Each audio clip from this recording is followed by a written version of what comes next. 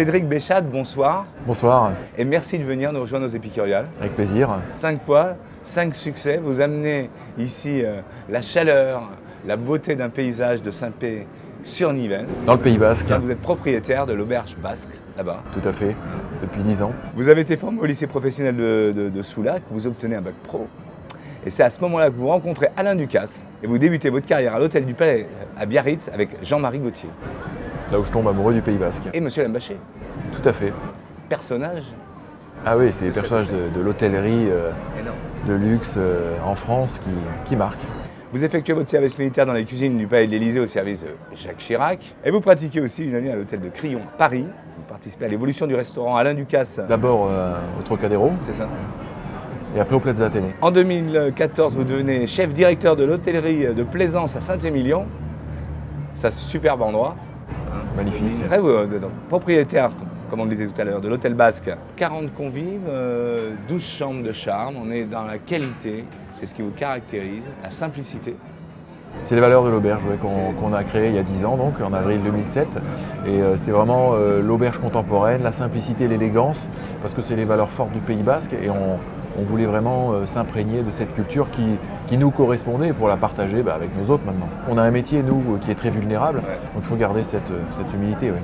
2008, vous êtes élu révélation de l'année au guide Goemio. Et en 2009, vous obtenez une étoile au guide Michelin. Tout à fait. Ce soir, donc ici aux Étoiles d'Épicure, pour un repas exceptionnel, évidemment. On va essayer. Et on va commencer par l'entrée. Donc c'est un vacherin de petit pois. Il y a une culture au Pays Basque sur le petit pois, aussi bien côté espagnol et côté français, même si on dit qu'il n'y a qu'un côté. Hein.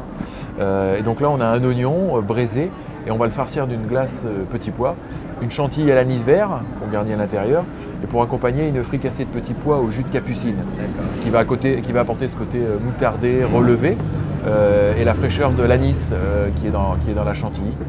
Donc ça, c'est le vacherin de petit pois avec une meringue à l'olive, donc qui va relever côté ce contraste sucré-salé, mais on n'est pas dans un plat trop sucré ni trop salé. Ensuite le plat, donc un turbo. Dessus on a mis une feuille de cerisier sakura, c'est le cerisier japonais. Après ils font déshydrater la fleur et ils laissent en saumure la feuille. Et là on met un morceau de feuille de ce cerisier qui est très aromatique sur le turbo qu'on cuit à la vapeur dans le panier bambou japonais. Une cuisson très régulière. On fait une sauce au lait de coco et au vinaigre de feuilles de cerisier avec des coquillages qu'on arrose sur le turbo et on accompagne d'une semoule à la bordelaise que j'avais initiée quand j'étais à Plaisance. Donc c'est une recette que je garde parce que c'est la recette à la vigneronne.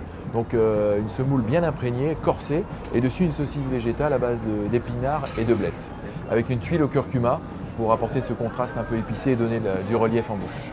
Et en dessert, donc on est sur la fraise. Crème brûlée au touron, qui est le nougat du Pays Basque, sorbet piquillos, une gaufrette à la fraise dessus, les fraises autour dressées, parfumées avec un jus d'ortie infusé au thym citron. Bonne dégustation. Merci Cédric. Bonne soirée. Avec plaisir.